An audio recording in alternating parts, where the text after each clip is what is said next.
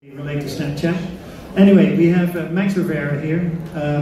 He is not going to do a Q&A because he's going to use his time for the presentation, but he has promised that he will take the questions one-on-one at the end. So we are actually going into the coffee break after this session. So we're all good to go for that one-on-one with Max if you have any questions for him. But I'm going to ask him to just kick it off, and then we'll do the questions after it's one-on-one. Max.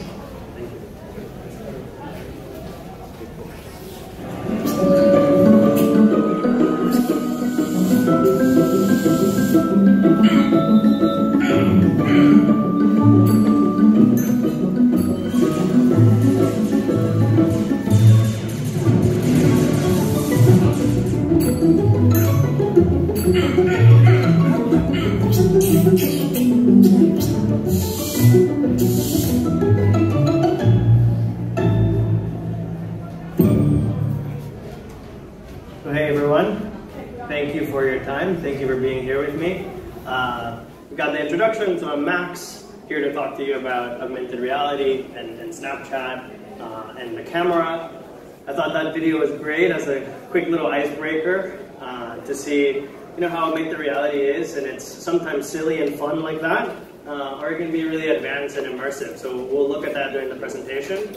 My point here today is to go through and give you sort of a status of where augmented reality is, give you a status of Snapchat, and then really drive to you and try to explain what we saw in those few first texts there of why the camera is the next big thing in advertising. So hopefully by the end of this, we'll go through some insights and some data points that can inspire you and help you understand why we think this is the next big thing in advertising. So, not on purpose, but I wanted to start by taking a look at the history of advertising. So I love the room. I love that the room could have worked out with that, with this slide here, because we kind of have a much better visual than the slide here throughout the room that takes us and helps us see that advertising has come a long way. So from even ancient Egypt that we can see here, my slide doesn't go that far back, but from print and radio and TV, that advertising has really come a long way. And 3 years ago, I would be here on a stage and talking to you guys about stories and vertical video. But I'm not here to talk about that today. I'm here to talk about what's next. What's next after that? And obviously, the topic of the presentation. So in my opinion, what we think is next is the camera. So we'll go through why that is.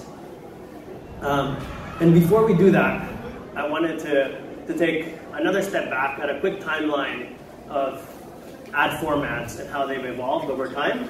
So obviously we know these traditional formats, print and TV. So quick history lesson, not going to go too deep. Again, great visuals in the back that will do a better justice. So first print ad dated 1704, first TV commercial dated 1941, and then you fast forward 200 years, and we have digital and desktop and mobile. And we've introduced a lot of great technology for measurement, for targeting. But if you think about the formats themselves, about the actual creatives, all that we did in this 200 years is shrink the creatives. And we took the print ad square creative, and we shrunk it to a display ad on desktop and mobile. We took that horizontal TV ad that is long form, 30 seconds, 60 seconds, and we shrunk it to fit it into a desktop or a computer. So think about how different the phones are and how that doesn't really make sense, right? To just take these formats and shrink them into a phone. The phones are extremely powerful. We all have these devices in our pockets that can do so much more. They have so many more features. They're connected to the internet. We use them all the time. They have different shapes. They're obviously vertical. They have cameras. They have all these amazing features. So we really thought when we started advertising that we needed to approach this differently. That we weren't just going to take formats and shrink them and put them into Snapchat, but that we were really going to take a step back and think about what would be a good format for this new device that all of us use every day. And that's where augmented reality and camera marketing started for us, right at the beginning of our company. Because we're a mobile-first, mobile-only company, right? Like we just have an app. So another quick timeline, and this is the last of the history lesson, is a quick timeline of augmented reality. as an industry. So this is actually our first augmented reality lens or filter, launched in 2015.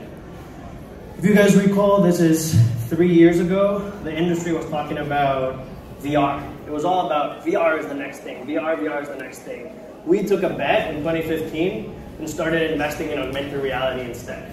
We saw that as the opportunity because all of our phones in our pockets are able to do augmented reality. The iPhone has been around for more than 10 years, and from the beginning, the iPhones are able to do augmented reality. So we saw that opportunity in the market 2.5, 3 years ago, and we started investing really early on. And we're really proud to see now that other companies are investing in this too. And if you look at other companies, from the device makers to other technology platforms, they're all really focused on augmented reality and the camera. So we're really happy that we got into this really early and have a head start in this space and have a lot of learnings, and that all together can really push the industry forward. So, 3 insights. This is where the sort of presentation is going to go around these 3 main insights. And I'm going to try to sort of make the argument through these 3 insights of why the camera is the next big thing for advertising and for marketing. So number 1. Again, number one, smartphones, usage, and penetration, especially for Latin America. So here's some Latin America specific numbers that I'd like to highlight to you. I really think Latin America is going through a digital revolution thanks to the smartphones. So what the laptops were to the developed world, the smartphones are that for Latin America. In 2012, less than 10% of internet users access it through smartphones. Fast forward to last year, that's over 60% of internet access is done through the smartphone. Today, there's 350 million users accessing the internet on their smartphones in Latin America. That's more than the US, which I was really surprised by.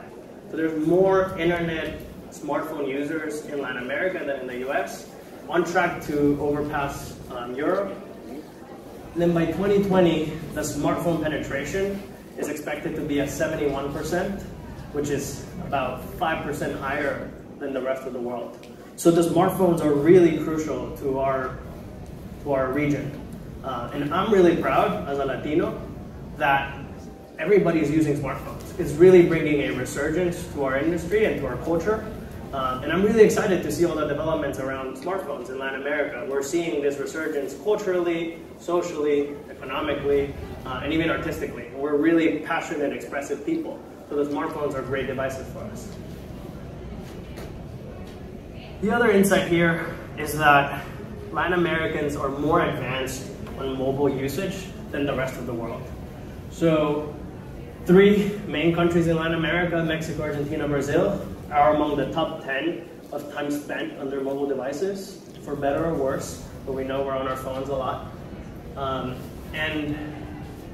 Let's go back.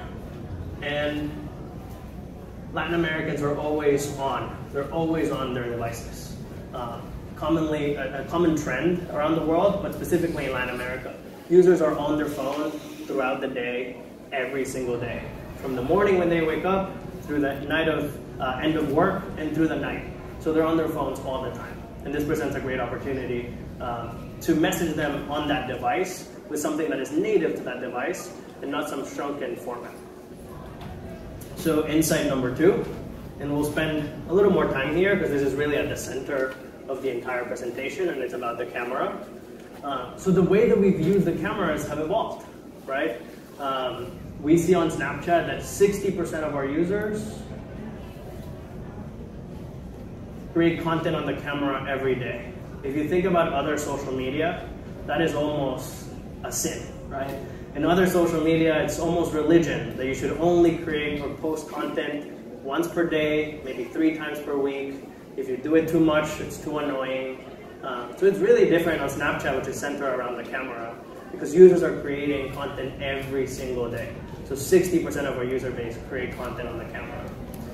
And the reason why is because you can use the camera for a lot more than just the traditional sense. So if we date back to Polaroids or Kodak cameras, or even the first few iPhones, iPhone 3, we only used the cameras mainly for this purpose, which was to preserve memories.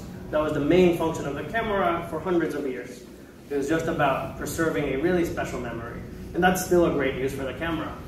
But once they're connected to the internet on our devices, there's a lot more that you can do than just create a memory. So the second most popular use for the camera is talking with friends. It's just an easier way to communicate.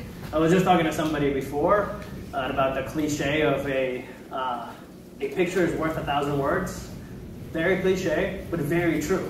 Like the time that it takes you to type a text that is 1,000 words, you can literally just with a few seconds take a photo, take a video, and be able to communicate more than 1,000 words in a few seconds. So that function is one of the main functions of the camera today, is as a mode of communication. And that's really important. And it doesn't stop there. There's a lot more that we can do with the camera. There's simply self-expression. And this is sort of the artistic side that you can do with the camera. Always been there, right? The camera is always an artist or an output for art. And you see that as well in the mobile phones. So here's just a simple picture of Winwood coffee, and then with stickers and GIFs, we're able to make some sort of more artistic, simply to have fun. No other purpose, no need to communicate with anybody, no need to save this, to share it, to post it. It's simply just to have fun on the camera, to share or have an experience on there that makes you have fun, and it's entertaining. This is one of our newest features, and it's the ability to be able to animate the world, to be able to detect something in the world. This is also here in Winwood, a very famous graffiti that I would suggest everyone to go check out. You can pull out Snapchat, point the camera to this graffiti, and it will come to life and it will animate. So really cool feature to be able to make our world just a little more fun, a little more engaging. And most recently, we also launched this feature that allows you to shop through the camera. So using computer vision and image recognition, we're able to scan if there's a product on your camera and then link you directly to that product page on Amazon for you to shop. So there's a lot, again, that we can do with this camera. Like the camera has come a long way, and it's not just about the preserving memories. And here's where it starts to get interesting for advertisers. Advertisers actually have a very natural place. They have a very natural place in this world. They're actually additive to the experience. Advertisers can take part in this and really enhance the user base or in their world and share it and create a much more engaging experience. So there's a very natural room here for advertisers to take a part of this experience. It doesn't seem forced and it doesn't seem annoying. It's actually very native to how people are using it already. So it creates a lot of experience. So here are some of my favorite examples, from games to 3D figures to being able to transform into characters and just have fun with advertisers on the camera. And it doesn't stop just there at fun and cool things like this. It can get pretty serious and pretty advanced. So here's one of my favorite examples. It was a first-of-a-kind execution with BMW. So at first glance, this might look like just a photograph of a car, right? You see this and it just looks like a cool car in a sunset, basic, pretty, but it was a lot more than that.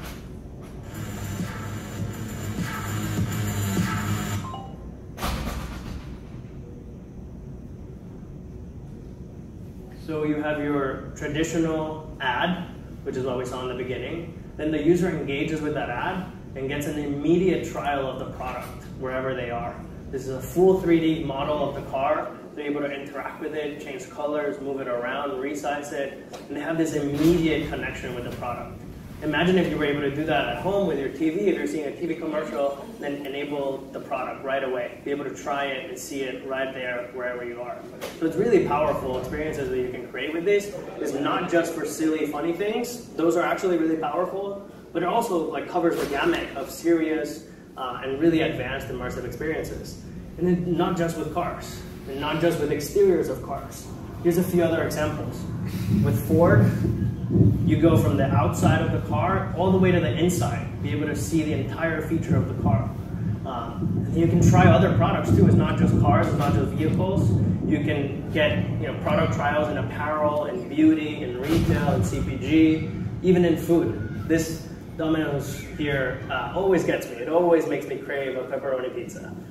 It looks really real, and it makes you just want to have a pizza in the moment. So it really covers the whole gamut here of verticals and industries of things that you can do with augmented reality.